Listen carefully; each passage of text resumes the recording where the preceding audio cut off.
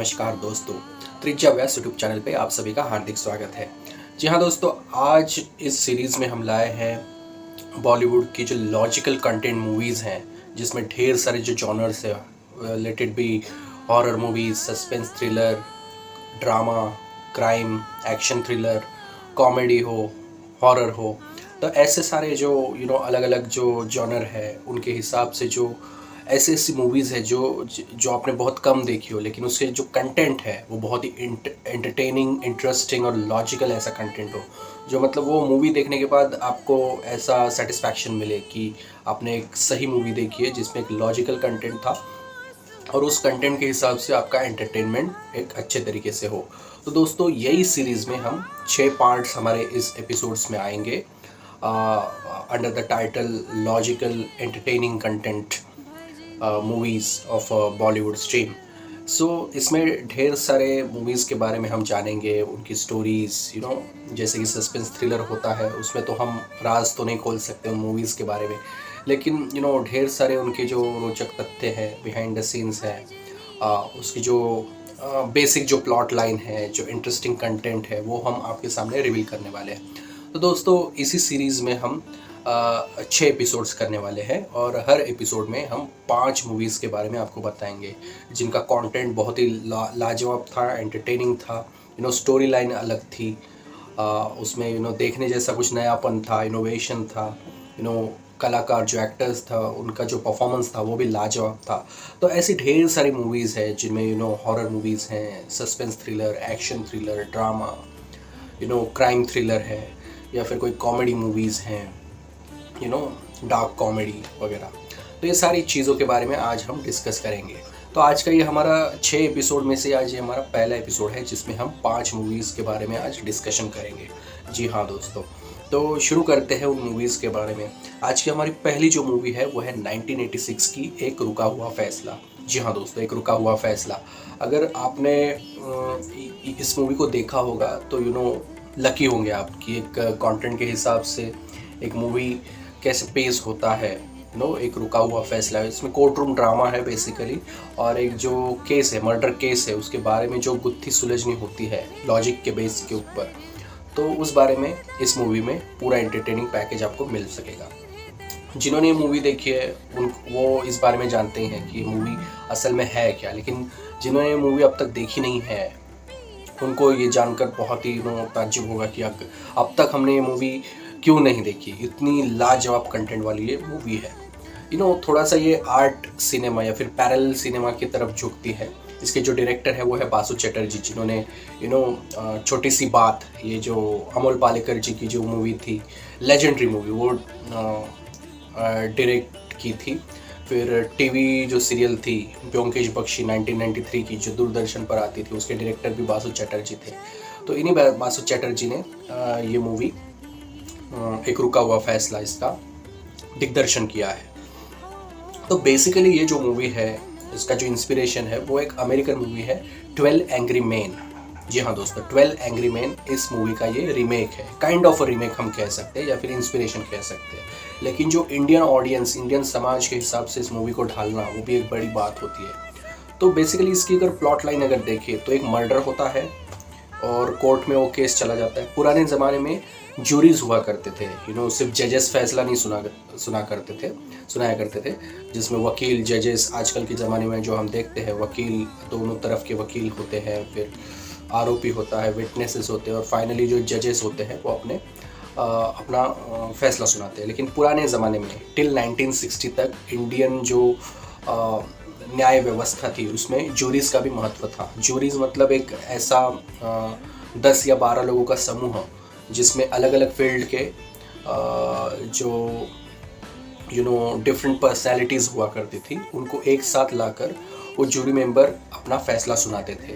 तो उसमें जो बहुमत होता था उस हिसाब से जजेस को वो फैसला सुनाना पड़ता था उस केस के बारे में। तो टिल 1960 तक ये जूरी मेंबर्स का ये जो सिलसिला था न्याय व्यवस्था में वो चला। जो लास्ट जो केस था इस जूरी मेंबर्स के बारे में वो था नानावटी केस। जी हाँ दोस्तों, आपने सुना ही होगा, जो फेमस जो केस हुआ था जिसमें नानावटी केस, आपने रुस्तम मूवी तो देखी होगी अक्षय कुमार जी की। तो वो जो केस था that was the last case जिसमें जूरी का इस्तेमाल हुआ था। उसके बाद से जूरी सिस्टम को निकाला गया और बाद में जो फैसले जो सुनाया करते थे उसे जजेस सुनाया करते थे। So that was the last case जिसमें ये जूरी सिस्टम हम देख सकते थे। तो उसी जूरी सिस्टम पर बेस्ड ये मूवी है, ये केस है जिसमें एक लड़के के हाथों अपने पिताजी का खून हो जाता है। तो फिर अगर उसे सज़ा देनी है तो किस बेसिस पर देनी है। तो ऐसे 12 जो जूरी मेंबर्स है जो अलग अलग पर्सनैलिटी अलग अलग फील्ड से आए हुए हैं, तो ऐसे 12 लोग एक कमरे में उनको लिया जाता है और उन्हें उस लॉजिक्स के ऊपर जो भी सर्कमस्टेंशियल एविडेंस है, जो प्रूफ्स हैं, उनके बिना पर उन्हें अपना जजमेंट देना होता है। तो ऐसे 12 पर्सनालिटीज़ एक कमरे में बैठ के उस केस के ऊपर डिस्कशन करते हैं। शुरू में 12 में से 11 लोग ये इस जो मर्डर का जो आरोपी है उसको गिल्टी मानते हैं, उसे आरोपी मानते हैं, दोषी मानते हैं। लेकिन एक ऐसा जूरी मेंबर होता है जो लॉजिक्स के बिना पर ये पूरा केस जो है वो पलटा देता है, वो फिर आरोपी को निर्दोष साबित करने में सक्सेसफुल हो जाता है।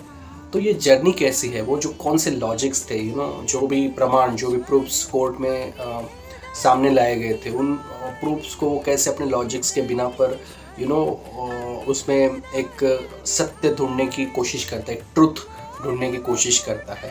कुछ मैकेनिक्स हैं, कुछ टाइम बाउंड एक्टिविटीज़ हैं जिनके बिना पर वो हर एक चीज़ को झुटला देता है कि ये चीज़ ऐसे हो ही नहीं सकती, इसमें कुछ ना कुछ तो कमी है।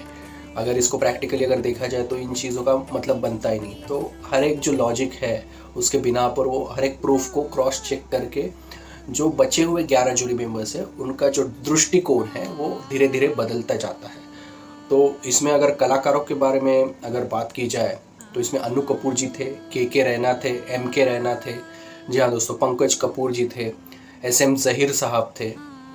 तो ऐसे बहुत सारे अच्छे अच्छे कलाकार इसमें थे। अन्नू कपूर जी का रोल और पंकज कपूर जी का रोल, ये 2 रोल जो ऐसे थे, बहुत ही अच्छी तरीके से रोल दोनों ने निभाए थे। अन्नू कपूर जी जिन्होंने एक एजेड व्यक्ति का, एक बुजुर्ग व्यक्ति का रोल निभाया था, और पंकज कपूर इन्होंने भी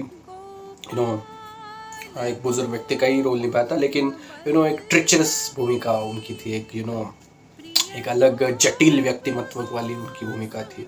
SM ज़हीर का जो व्यक्तित्व था उस मूवी में, एक सुलझा हुआ व्यक्तित्व जो लॉजिक के बिना पर अपना ओपिनियन बिल्ड करता है। किसी भी पूर्वग्रह दूषित या फिर किसी प्रीमेडिटेट ओपिनियन के ऊपर उनका लॉजिक बेस नहीं होता, सिर्फ लॉजिक को प्रमाण मानकर वो अपने ओपिनियंस बिल्ड करते हैं। ऐसे एक सुलझे हुए आदमी का रोल SM ज़हीर साहब ने निभाया था। फिर के रैना जो थे और के रैना, इनका भी रोल बहुत ही अच्छे थे।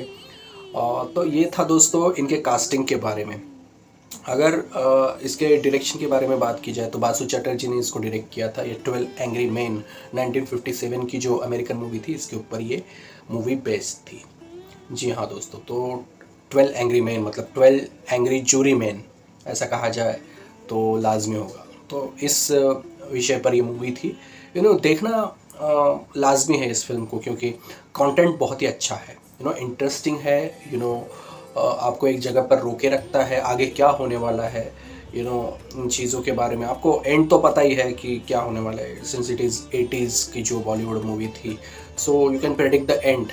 लेकिन उसका जो प्रोसेस है, हर चीज़ के बारे में आगे सस्पेंस कैसे बढ़ते जाता है, हर एक चीज़ को लॉजिक के हिसाब से कैसे खंगाला जाता है, तो ये सारी चीज़ें देखना जो कोर्ट रूम ड्रामा होता है, यहाँ तो हम कह सकते हैं जूरी रूम ड्रामा, जिसमें एक जो जूरी मेंबर है वो बचे हुए 11 जूरी मेंबर्स को कैसे अपने ओपिनियन चेंज करने में सक्सेसफुल हो जाता है। शुरू में 11 के 11 उस मर्डर के आरोपी को दोषी मानते हैं, लेकिन धीरे धीरे 1, 2, 3 से लेकर फिर सारे जूरी मेंबर्स, और लास्ट में जो 2 जूरी मेंबर्स बचते हैं, तो हर एक को अपना फैसला बदल कर उस आरोपी को बरी कर देते हैं वो लोग। तो ये तो एंड है, लेकिन वो जो प्रोसेस है, कैसे ये केस आगे बढ़ता है, कैसे इसकी हियरिंग होती है, वो देखना बहुत ही इंटरेस्टिंग है। तो ये था दोस्तों एक रुका हुआ फैसला, 1986 की फिल्म, बहुत ही अच्छी film.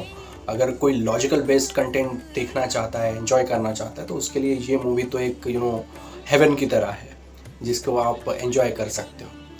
Believe me guys, Annu Kapoor ji और पंकज कपूर जी, इनके जो रोल्स इन फिल्म में थे लाजवाब थे। तो उनके लिए तो एटलीस्ट आप ये मूवी देख सकते हैं, क्योंकि उनका जो काम था लाजवाब। तो एक बार तो ये मूवी देखना बनता ही है। और बिलीव मी कि अगर आप पूरी मूवी देखें तो इसमें एक लॉजिकल कंटेंट तो आपको मिलकर ही रहेगा, इसके बारे में कोई दो राय नहीं है। तो ये था दोस्तों 1986 की मूवी एक रुका हुआ फैसला, इसके बारे में। दूसरी हमारी आज की मूवी है वो है 1997 की मूवी दौड़। जी हाँ दोस्तों, दौड़ ये है कॉमेडी एक्शन थ्रिलर।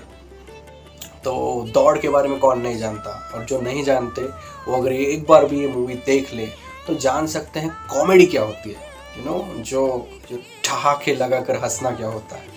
तो एक अलग लेवल की कॉमेडी आप इसमें देख सकते हो। इसमें गैंगस्टरिज्म है, क्राइम है, क्रिमिनल्स हैं, लेकिन उनका जो माहौल है वो कैसे रहते हैं, उनका सोचने का तरीका क्या है, वो आप इस मूवी में देख सकते हैं। बड़े से बड़ा गैंगस्टर हो या फिर स्ट्रीट ठग हो, स्ट्रीट स्मार्ट जो पीपल होते हैं, जो क्राइम की शुरुआत करते हैं एक छोटे लेवल पर, उनका सोचना कैसा होता है, पुलिस की सोच कैसी होती है। बहुत सारे ऐसे भी वाक़यात होते हैं कि इन्वेस्टिगेशन के दौरान पुलिस एक अलग ही दिशा में अपना जो पूरा जो उनकी तपास की जो दिशा है, इन्वेस्टिगेशन की दिशा है, वो पूरी मतलब चेंज हो जाती है, किसी अलग ही दिशा में चली जाती है और वो कंफ्यूज हो जाते हैं।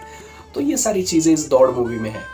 सो बेसिकली इसमें सस्पेंस है वो एंड में खोला है, एंड से थोड़ा पहले, लेकिन जो इसमें जो सस्पेंस है वो कायम रहता है।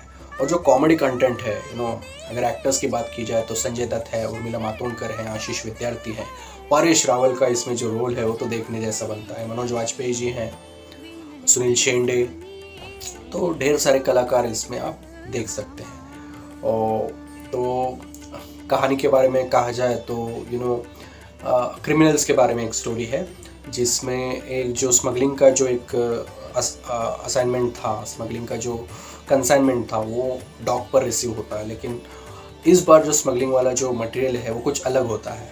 तो उससे रिलेटेड जो आतंकवादी, दहशतवादी, टेररिस्ट जो होते हैं, उनका इस सिनारियो में आना, फिर जो मेन कैरेक्टर है संजय दत्त का, वो कैसे इसमें चेंज होते रहता है, उसका सोचने का तरीका, भागने का तरीका, उसके साथ फिर उर्मिला मातोंडकर जी जुड़ जाती हैं, दोनों हीरो हीरोइन कैसे सिस्टम से भागकर अपने आप को बचाते हैं, पुलिस उनके पीछे होती है, हर बार पुलिस कैसे मिसगाइड हो जाती है। फिर दोनों जो ये मेन कैरेक्टर्स हैं वो भाग के एक गांव में चले जाते हैं, वहाँ पर नीरज वोरा उन्हें कैसे मिलते हैं, नीरज वोरा को कैसे हम पूरा कंफ्यूज करके छोड़ देते हैं। तो ये सारा ये जो चीज़ें हैं बहुत ही इंटरेस्टिंग तरीके से ये मूवी बनाई है। ये जो मूवी है वो राम गोपाल वर्मा इसके डायरेक्टर हैं, और ये इनकी जो पहली जो मूवी आई थी 1991 में, क्षणम क्षणम, जिसमें वेंकटेश और श्रीदेवी जी ने मेन लीड के रोल निभाए थे। तो ये क्षण क्षणम जो मूवी है, साउथ की जो मूवी है, उसका ये काइंड ऑफ अ रीमेक आप बोल सकते हो। दोनों मूवीज़ तो ऑब्वियसली राम गोपाल वर्मा जी ने ही डायरेक्ट की थी। तो ये दौड़ मूवी देखना वैसे ही लाजमी बनता है। इसमें नीरज वोरा जी का जो रोल है वो भी बहुत ही इंटरेस्टिंग है। चाको का जो रोल उन्होंने जो निभाया था, और ढेर सारे ऐसे प्रसंग है जो देखना बहुत ही अच्छा, आप मतलब पेट गुदगुदा कर हंसोगे, ऐसे ऐसे ऐसे इंस्टेंसेस इसमें दिए हुए हैं। सौरभ शुक्ला जी का एक गेस्ट अपीयरेंस है, जिसमें उनको टुमले कहा जाता है, one of the famous scene with in Daud movie. Neeraj Vora जी का जो चाको का जो किरदार है वो भी बहुत ही अच्छा है। आशीष विद्यार्थी का जो पुलिस इंस्पेक्टर का जो हेड है, वो कैसे कंफ्यूज होते जाते हैं ड्यूरिंग द इन्वेस्टिगेशन, और बाद में सही चीज़ें कैसे हो जाती है, तो उसके बारे में पूरी जो भागदौड़ है वो आशीष विद्यार्थी के रोल में आप देख सकते हो। Sanjay Dutt one of the finest roles जो उन्होंने अब तक के अपने करियर में किया। दौड़ was one of the good. ये फिल्म उतनी नहीं चली, राम गोपाल वर्मा जी का जो ओवरऑल ऑरा जो 90s में था, लेट इट बी सत्या हो, रंगीला हो, शिवा हो, ये सारी जो फिल्में थी उनके हिसाब से दौड़ उतनी फिल्म चली नहीं, लेकिन ओवरऑल इसका जो बॉक्स ऑफिस परफॉर्मेंस था वो बहुत ही अच्छा था। और आज के दौर में अगर देखा जाए तो दौड़ is one of the cult movies, जो कॉमेडी एक्शन थ्रिलर जिसे कहा जाए, डार्क कॉमेडी जिसे कहा जाए, तो उस लिहाज से दौड़ एक one of the cult movie है। कल्ट मतलब जो जिसे पब्लिक दिलो जान से चाहते हैं। नो कोई भी ओकेजन हो, अगर ये मूवी अगर आपके सामने दिख जाए तो आप कुछ देर के लिए अपने काम बाजू में छोड़कर आप वो मूवी देखने लगे। तो ऐसा एक कल्ट स्टेटस इस मूवी को प्राप्त है। तो ये थी हमारी फिल्म दौड़ के बारे में। दौड़ बहुत ही यू नो एक बहुत ही बड़े विजन से ये मूवी बनाई गई थी, तो इसका लेखा जोखा भी वैसा था। तो ये थी आज की हमारी दूसरी फिल्म दौड़। पहले हमने मूवी के बारे में जाना था एक रुका हुआ फैसला, और दूसरी जो मूवी थी वो दौड़ 1997 की दौड़ मूवी। बहुत ही अच्छी मूवी थी और इसका कंटेंट भी बहुत ही लाजवाब है। एक बार अगर आप ये मूवी देख लो तो हंस हंस के पागल हो जाओ, ऐसी ये मूवी है। लॉजिक भी इसमें बहुत ही अच्छा है। तो एंटरटेनमेंट फैक्टर और लॉजिक बेस्ड मूवी कंटेंट जिसे कहते हैं वो इसमें भर भर के आपको दिया गया है। तो Daud one of the good movies to watch out for. तीसरी जो हमारी मूवी है वो है कुदरत। जी हाँ दोस्तों, 1981 की मूवी कुदरत, one of the finest story you can say, जिसमें ये तो पहली बार तो मर्डर सस्पेंस है। सस्पेंस तो नहीं कहा जा सकता क्योंकि इसमें मर्डर किसका हुआ है वो भी पहले से ही बताया हुआ है। इसकी स्टोरी क्या है, पुनर्जन्म की स्टोरी है, वो भी बताया गया है। सभी कैरेक्टर्स इसमें कौन कौन है वो भी बताया गया है। सस्पेंस तो वैसे नहीं है, लेकिन इसकी स्टोरी जो ऐसी बुनी गई है कि एक हिसाब से इसमें सस्पेंस क्रिएट हो जाता है। इसमें मर्डरर जिसने मर्डर किया है वो भी ऑडियंस को बताया जाता है, उसके ऊपर केस भी होता है। फिर जो इन्वेस्टिगेशन होता है उसमें मर्डरर कोई जो आरोपी है वो कोई उसमें बीच में कोई ऐसी रुकावट पैदा नहीं करता। वो अपने हिसाब से जो मेन लीड है उसे इन्वेस्टिगेट करने में मदद ही कर देते हैं एक तरीके से। तो ये स्टोरी एक खुली हुई स्टोरी है, तो ऑडियंस को पता है कि इसमें क्या हुआ है, किसका मर्डर हुआ है, पुनर्जन्म की क्या स्टोरी है, कैसे अनफोल्ड होते जा रही है, मर्डरर कौन है, फिर कैसे किस हिसाब से हुआ है। तो ये एक अलग जो चीज़ें घटती हैं हमारी लाइफ में, जैसा ऐसा सस्पेंस अनफोल्ड होते जाता है उस हिसाब से इस स्टोरी को अनफोल्ड किया हुआ है। तो is one of the best story. इसको फिल्म फेयर अवार्ड भी मिला था 1982 का बेस्ट स्टोरी फ्रॉम क्रिटिक्स। और इसमें जो परफॉर्मेंसेस दिए थे सभी एक्टर्स ने, उन सभी को बहुत ही अच्छे तरीके से सराहा गया था। इसमें अगर लीड की बात करें तो राजकुमार साहब थे इसमें, राजेश खन्ना थे, विनोद खन्ना थे, हेमा मालिनी, प्रिया राजवंश, सत्येन कप्पू थे, केशव मुखर्जी थे, ओम शिवपुरी। तो ढेर सारे अच्छे अच्छे कलाकार इसमें मौजूद थे। अरुणा ईरानी जी भी थी। तो एक जो स्टोरी टेलिंग का जो एक तरीका होता है, जो एक नॉर्मल स्टोरी होती है जिसमें अगर मुझे सस्पेंस ड्रामा क्रिएट करना है, सस्पेंस थ्रिलर, तो मैं सस्पेंस को एंड में रखूँगा जिसमें पूरा मूवी निकल जाए और एंड में पता चले कि कुछ और ही बात थी और ऑडियंसेस को एक अलग ही सरप्राइज मिले। लेकिन ये जो स्टोरी थी वो कुछ अलग ही हिसाब से बुनी थी। आपको सब चीज़ें इंटरवल से पहले पता है, कौन मर्डरर है वो भी आप गेस कर सकते हो, और बाद में वो बताया भी जाता है कि इसमें मर्डरर कौन है। लेकिन वो केस को कैसे साबित करना है, वो उस एक्चुअली जो मर्डर सीन था उस वक्त क्या हुआ था, कैसे किस हिसाब से वो मर्डर किया गया था, किस मोटिव से किया गया था, ये जो सारी जो स्टोरी है वो हकीकत है, वो कैसे अनफोल्ड होती है, वो देखना इंटरेस्टिंग चीज़ है। जी हाँ दोस्तों, one of the finest performance of Rajkumar ji और Rajesh Khanna ji. Special mention to Hema Malini ji. बहुत ही अच्छी परफॉर्मेंस, बहुत ही अच्छी स्टोरी, बहुत ही अच्छा डायरेक्शन। विजय आनंद जी ने इस फिल्म का डायरेक्शन किया था। चेतन आनंद जी ने, माफ़ कीजिएगा, चेतन आनंद जी ने इस फिल्म का डायरेक्शन किया था। और बहुत ही अच्छी तरीके से एक लेवल हेडेड कंटेंट आप इसे कह सकते हो। 1980s के बारे में अगर कहा जाए तो वो दौर ही अलग था। और तब की जो मूवीज़ बनती थी वो एक दर्जे की हुआ करती थी, एक अलग जॉनर की हुआ करती थी। लेकिन लीग से हटकर ये जो लीग्स थे, जो स्टोरी का एक तरीका हुआ करता था, उस लीग से हटकर ये अलग ही प्रकार की स्टोरी हुआ करती थी कुदरत की। तो एक अलग मूवी उस ज़माने में बनी थी, वो शायद मैं ऐसा कहूँ कि अपने टाइम से आगे थी, it was ahead of its time. तो इस मूवी के बारे में आप इतनी ढेर सारी चीज़ों के बारे में पता कर सकते हो। तो एक अच्छा कंटेंट है जो आपको एंटरटेनिंग फैक्टर देता है, सस्पेंस थ्रिलर है, चीज़ें कैसे अनफोल्ड हो जाए, इसकी स्टोरी ही सब कुछ है। एक्टर्स के परफॉर्मेंसेस तो हैं ही, बहुत ही अच्छा परफॉर्मेंस इसमें सभी एक्टर्स ने दिया है। लेकिन इसकी जो स्टोरी है, that is amazing kind of story. Story मतलब सिंपल सी स्टोरी, लेकिन ये जो स्टोरी टेलिंग का जो तरीका है, कैसे पुनर्जन्म के हिसाब से उस एक्ट्रेस को, उस मेन कैरेक्टर को कैसे पिछली चीज़ें याद आती जाती हैं, फिर उसको कंटेम्प्रेरी आज के ज़माने में वो चीज़ें कैसे रिलेट हो जाती हैं, उसके हिसाब से कैसे कैसे नए नए कैरेक्टर्स स्टोरी में आते जाते हैं, ये सारी चीज़ें ये अनफोल्ड करके स्टोरी दिखाना बहुत ही लाजवाब काम किया था। डायरेक्शन और राइटिंग और स्टोरी टेलिंग का जो पार्ट था बहुत ही लाजवाब था।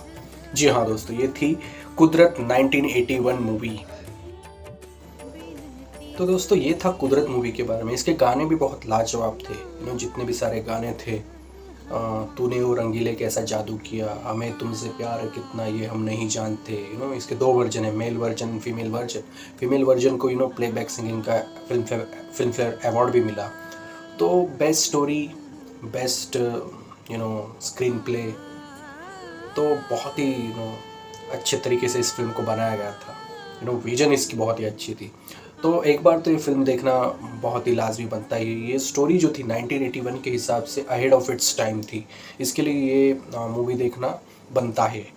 ये एक अलग एक्सपीरियंस होगा आप सभी के लिए कि जो टिपिकल बॉलीवुड मूवीज़ हुआ करती थी, सस्पेंस थ्रिलर और एंड में विलन कैसे हार जाता है, हीरो कैसे जीत जाता है, इसमें भी वही चीज़ें हैं लेकिन अलग तरीके से बताई गई है।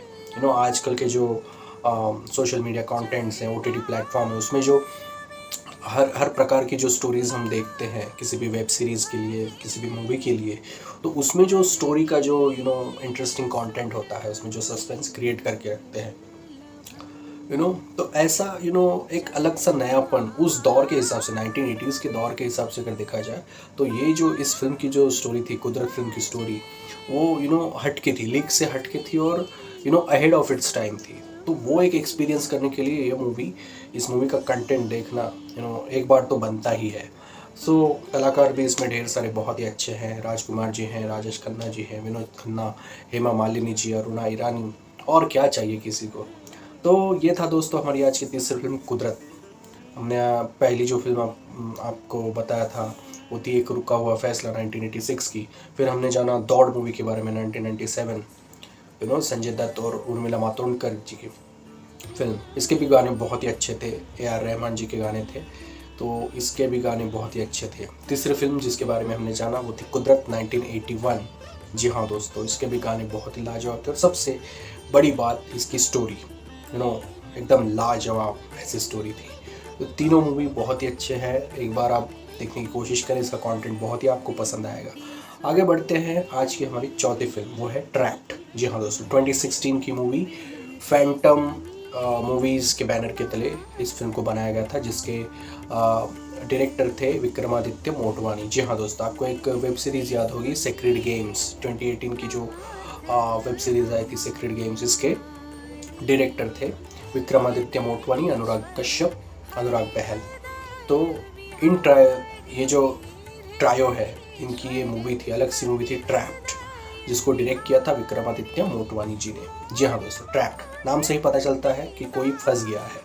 तो कौन फंस गया है? तो अगर इसकी स्टोरी देखी जाए तो एक स्ट्रगलिंग जो जॉब सीकर है, इसका जो मेन कैरेक्टर है वो किसी कंपनी में काम करता है और मुंबई में रहने के कारण बीइंग एज अ बैचलर उसको रूम शेयर करना पड़ता है अपने कलीग्स के साथ या फिर दोस्तों के साथ। बट उसमें से हर कोई ऐसा होता है कि जो अपनी अपनी लाइफ में बिजी रहता है, उसको दूसरे के बारे में सोचना जानने के लिए इतना वक्त नहीं होता। तो उसमें इस मेन कैरेक्टर को किसी लड़की से प्यार हो जाता है, लेकिन पेरेंट्स राज़ी नहीं होते।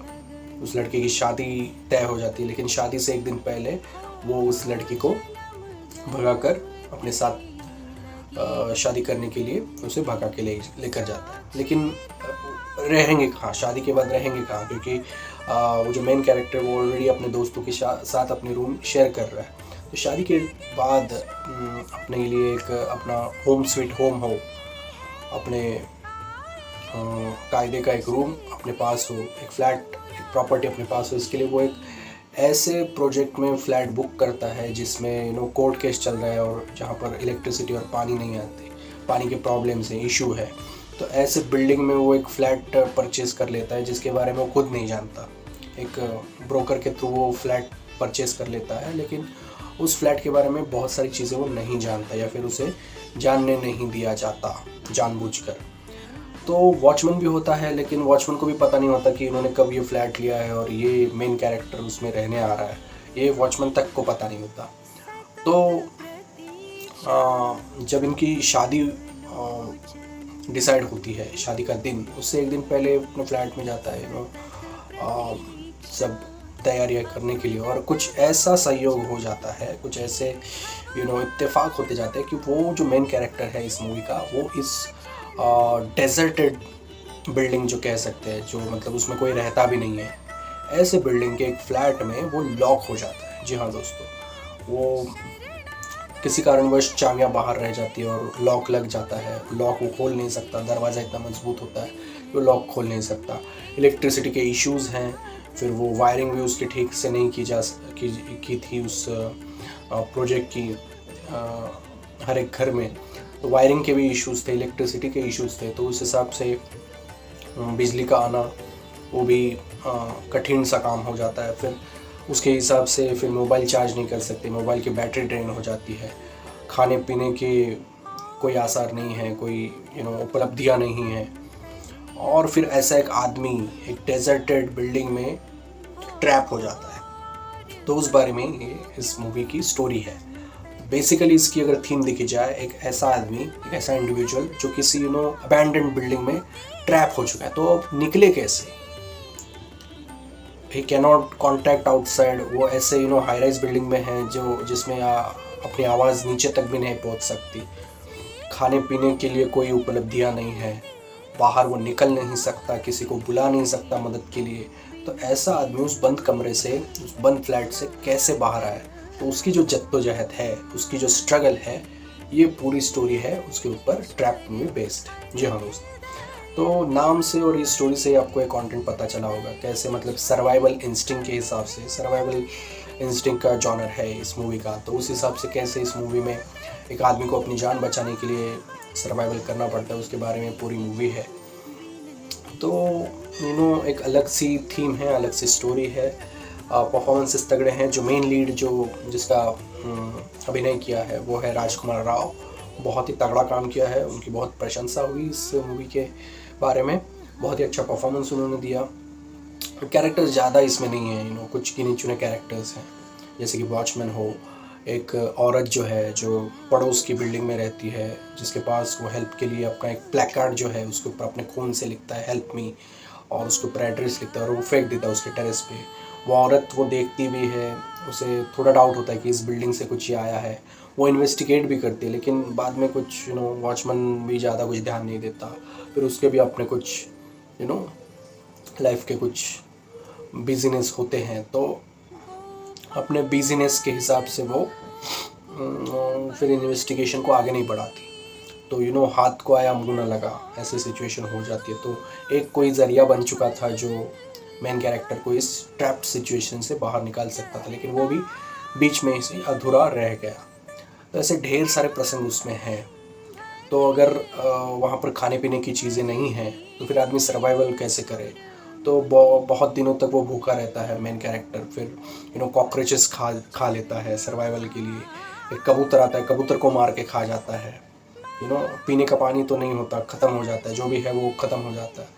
फिर लकीली बारिश हो जाती है, तो बारिश में वो पूरा जो फ्रिज है उसे खाली करके फ्रिज का जो पूरा बॉडी है, बक्सा है, उसमें वो पानी भर लेता है कैसे कैसे करके, फिर वो पानी पी के वो अपना गुजारा कर लेता है। फिर इस सिचुएशन से वो कैसे बाहर निकलता है वो भी देखना इंटरेस्टिंग होता है। जो बारिश का जो सीन है, जी हाँ दोस्तों, ये सबसे इम्पोर्टेंट सीन है।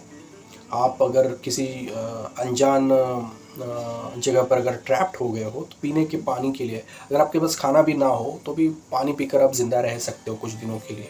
तो पीने का पानी बहुत ही इम्पोर्टेंट होता है। तो बारिश के समय में पानी जो जमा करके वो जो पी जाता है और अपनी ज़िंदगी कुछ दिनों के लिए आगे बढ़ाता है। तो ये जो बारिश का जो सीन है वो बहुत इंपॉर्टेंट होता है दोस्तों। ऐसे सर्वाइवल की अगर भगवान ना करे किसी के ऊपर ऐसी सिचुएशन आ पड़ी हो, लेकिन अगर ये सर्वाइवल की सिचुएशन किसी के ऊपर आ गई तो बारिश का होना बहुत ही लकी साबित होता है। आपने देखा होगा कि ऐसे जहाज़ हैं, ऐसे बोट हैं जहाँ पर वो डूब जाते हैं, लेकिन उसके जो सर्वाइवल्स होते हैं वो छोटी नावों में सवार होकर एक किनारे की तलाश में भटकते रहते हैं, उनके पास खाने पीने की चीज़ें नहीं होती। तो उस समय भी बारिश का एक एक आसरा होता है किसी भी इंडिविजुअल के लिए कि बारिश के पानी से वो अपनी प्यास बुझा सके, क्योंकि समंदर का पानी तो नमकीन होता है, तो एक तरीके से वो अपने मानवीय शरीर के लिए एक जहर जैसा एक्ट करता है, तो वो पानी तो हम पी नहीं सकते। तो ऐसा कौन सा पानी है जो हम पी सकते हैं? तो बारिश का जो पानी है वो कलेक्ट करके हम उसे बारी बारी पी सकते हैं। तो ये जो सर्वाइवल इंस्टिंक्ट्स वाली जो मूवी होती है उसमें बारिश का महत्व भी उतना होता है।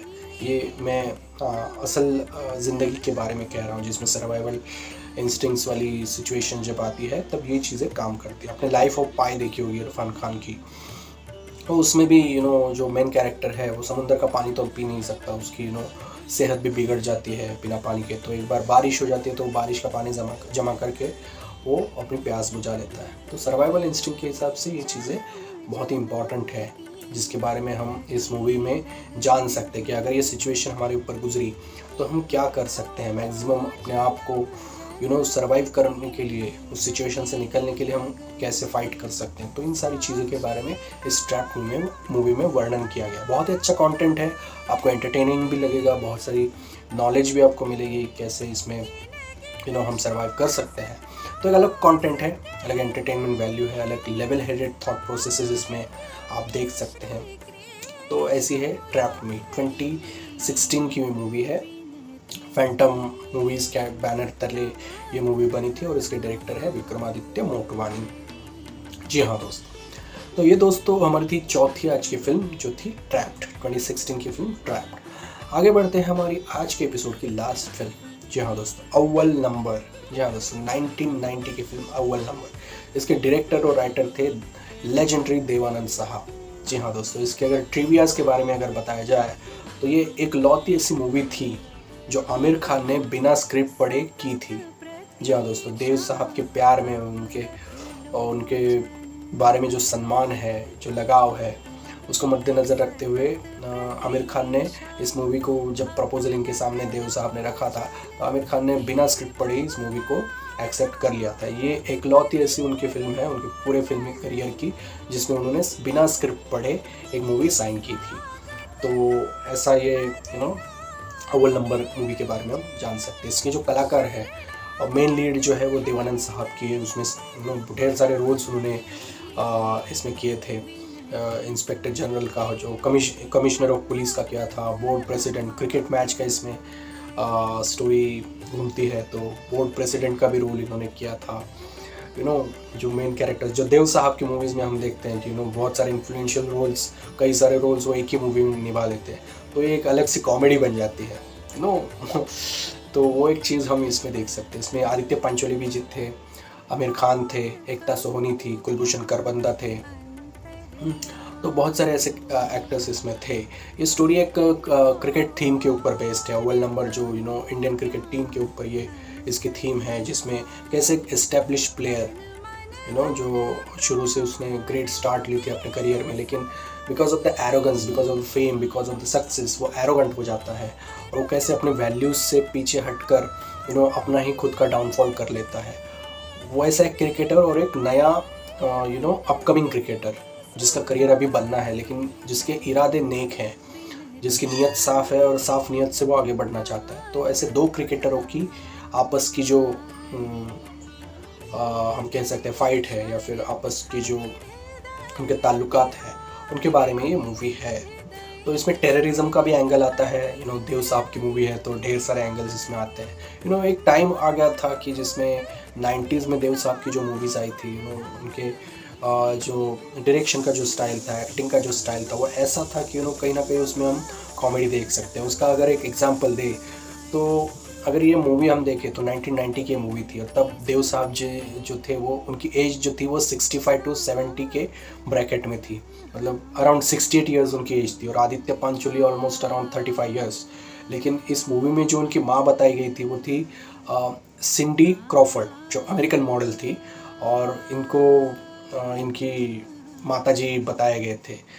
सिंडी क्रॉफर्ड की जो 1990 की अगर एज अगर गिनी जाए तो वो थी 24 साल।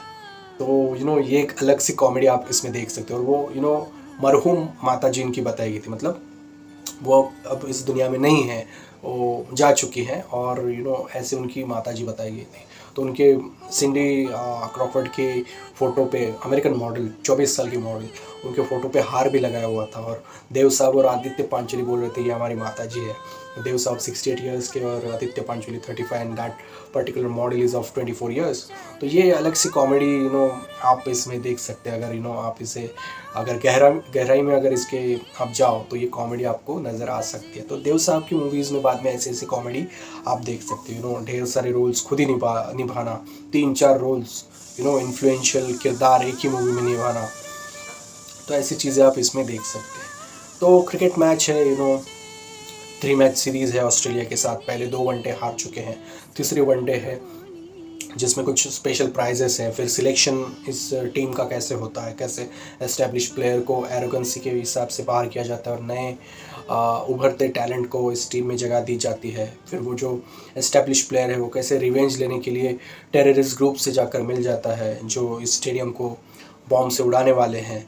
फिर कैसे देव साहब जो बोर्ड प्रेसिडेंट भी हैं क्रिकेट के और बाद में कमिश्नर ऑफ पुलिस के हिसाब से उन्हें अपॉइंट किया जाता है टेररिज्म को रोकने के लिए। फिर एंड में कैसे ग्राउंड ब्लास्ट होने से देव साहब बचाते हैं और at the same time cricket match में कैसे जो नया लड़का है, नया जो टैलेंट है आमिर खान, वो कैसे लास्ट बॉल पर 6 मार के मैच जिताता है। It was a high scoring match. 40 over में 275 का टारगेट दिया था। इट वाज अराउंड 7 रन्स पर ओवर, लेकिन फिर भी उसमें अगर क्रिकेटिंग अगर टेक्निक या फिर डिटेलिंग के बारे में अगर कहा जाए तो क्लोज इन फील्डर्स उसमें दिखाए हैं देव साहब ने। मतलब आमिर खान बैटिंग कर रहा है, उसके इर्द गिर्द स्लिप भी है, स्लिप पॉइंट भी है, शॉर्ट लेग भी है, विकेट कीपर भी आगे खड़ा हुआ है। फास्ट बॉलर बॉलिंग कर रहा है लेकिन विकेट कीपर स्टंप्स के पास खड़ा है, वो पीछे भी नहीं खड़ा है। तो ये सारे क्रिकेटिंग ग्लिचेस भी हम देख सकते हैं कॉमेडी के रूप में। मतलब it is not a test match. 40 over में अगर 275 रन मुझे चेज करने हैं तो ज़्यादा करके मेरे फील्डर्स बाउंड्री पर ही रहेंगे, इर्रिस्पेक्टिव ऑफ अटैकिंग फील्ड। जो क्रिकेटिंग टर्म्स में जो अटैकिंग फील्ड जो हम कहते हैं, तो उस हिसाब से ये सारी चीज़ें हम उसमें देख सकते हैं। देव साहब ने ऐसे बहुत सारे कॉमेडी मूवमेंट्स हमें इस मूवी के ज़रिए दिए। इसके गाने भी बहुत अच्छे थे। आदित्य पांचोली का रोल भी बहुत अच्छा था, जिसके लिए पहले क्रिकेटर इमरान खान को इसमें कास्ट करने वाले थे देव साहब। Yes, Pakistani legendary cricketer Imran Khan, लेकिन किसी कारणवश उन्होंने इस फिल्म को नहीं किया। ये फिल्म 1990 की थी और तब पाकिस्तान जो था 92 का वर्ल्ड कप वो उन्होंने बाद में जाकर जीता। लेकिन उससे पहले इमरान खान जो पाकिस्तान के क्रिकेटर थे वो रिटायरमेंट लेना चाहते थे। 1987 तक उनकी क्रिकेट ऑलमोस्ट ख़त्म हो चुकी थी। सेमीफाइनल में वो वर्ल्ड कप में हारे थे। उसके बाद उन्हें क्रिकेट के बारे में इतनी रुचि नहीं थी, वो रिटायरमेंट लेना चाहते थे। तो 88 के दौरान वो रिटायरमेंट के बारे में सोच रहे थे। वो ऑलमोस्ट उन्होंने रिटायरमेंट ली भी थी, लेकिन पाकिस्तान के जो प्राइम मिनिस्टर हैं उनके सजेशन के हिसाब से उन्होंने फिर से रिटायरमेंट से वापस आकर 1992 में पाकिस्तान टीम को वर्ल्ड कप में लीड किया था और वो वर्ल्ड कप जिताया था। तो उस दौरान 88-89 जब ये फिल्म का निर्माण हो रहा था, तभी देव साहब ने इमरान खान को, जब वो क्रिकेट छोड़ना चाहते थे, तभी इस फिल्म के बारे में उन्हें ऑफ़र दी थी। लेकिन इमरान खान ने किसी कारणवश ये फिल्म नहीं की। तो जो आदित्य पांचोली का जो रोल था वो इमरान खान करने वाले थे। तो बहुत ही अच्छा रोल निभाया था आदित्य पांचोली ने भी। आमिर खान का परफॉर्मेंस भी अच्छा था। देव साहब सदाबहार एवरग्रीन, उनका रोल भी इसमें बहुत ही अच्छा था। तो दोस्तों ये था आज का हमारा 5वां मूवी, अव्वल नंबर 1990 की। तो आज के एपिसोड में हमने टोटल 5 फिल्मों के बारे में जाना, जिसमें 1986 की एक रुका हुआ फैसला, फिर 1997 की दौड़, फिर हमने जाना कुदरत 1981 की मूवी, फिर ट्रैप्ड 2016 की लेटेस्ट मूवी, फिर हमने आखिरी जो मूवी थी उसके बारे में जाना 1990 की अव्वल नंबर। जी हाँ दोस्तों, अलग अलग कंटेंट है, कॉमेडी भी है, suspense thriller, drama thriller, action thriller, ढेर सारे कोर्टरूम ड्रामा जिसे कहते हैं। तो ऐसे ढेर सारे वैरायटीज़ जिसमें एक इंटरेस्टिंग कंटेंट है। ये मूवीज़ ज़्यादा करके टेलीविज़न पर भी दिखाई नहीं जाती, या आप यूट्यूब प्लेटफॉर्म पर आप अवेलेबल है, या फिर किसी OTT प्लेटफॉर्म पर भी आपको ये मिल सकती है ये मूवीज़। तो कंटेंट के हिसाब से अगर देखा जाए तो बहुत ही इंटरेस्टिंग है, और आपका जो मनोरंजन है उसमें हो सकता है। लेवल हेडेड कंटेंट है जो आपको पसंद भी आ सकता है, लॉजिक बेस्ड कंटेंट है। तो इस हिसाब से 5 मूवीज़ के बारे में हमने जाना। ऐसे हमारे 6 एपिसोड्स आने वाले हैं, जिसका ये पहला एपिसोड आप देख चुके हैं। ऐसे 5 एपिसोड्स और आएंगे और हर एक एपिसोड में हम 5 अलग अलग मूवीज़ के बारे में, जो ऐसे ढेर सारे लॉजिकल कंटेंट वाली मूवीज़ के बारे में हम जानेंगे। आज के लिए बस इतना ही। ऐसे ही हमारे त्रिज्या व्यास यूट्यूब चैनल को ढेर सारा प्यार दीजिएगा। इसे सब्सक्राइब, लाइक, कमेंट करके शेयर कीजिएगा। हमारी जो वीडियोस है अपने परिजनों के साथ शेयर कीजिए और हमें ऐसे ही प्यार दिया कीजिए। जी हाँ दोस्तों, मैं फिर से दोहराता हूँ, हमारे चैनल को सब्सक्राइब, लाइक, कमेंट और शेयर करना ना भूलें। आज के लिए बस इतना ही। धन्यवाद और नमस्कार।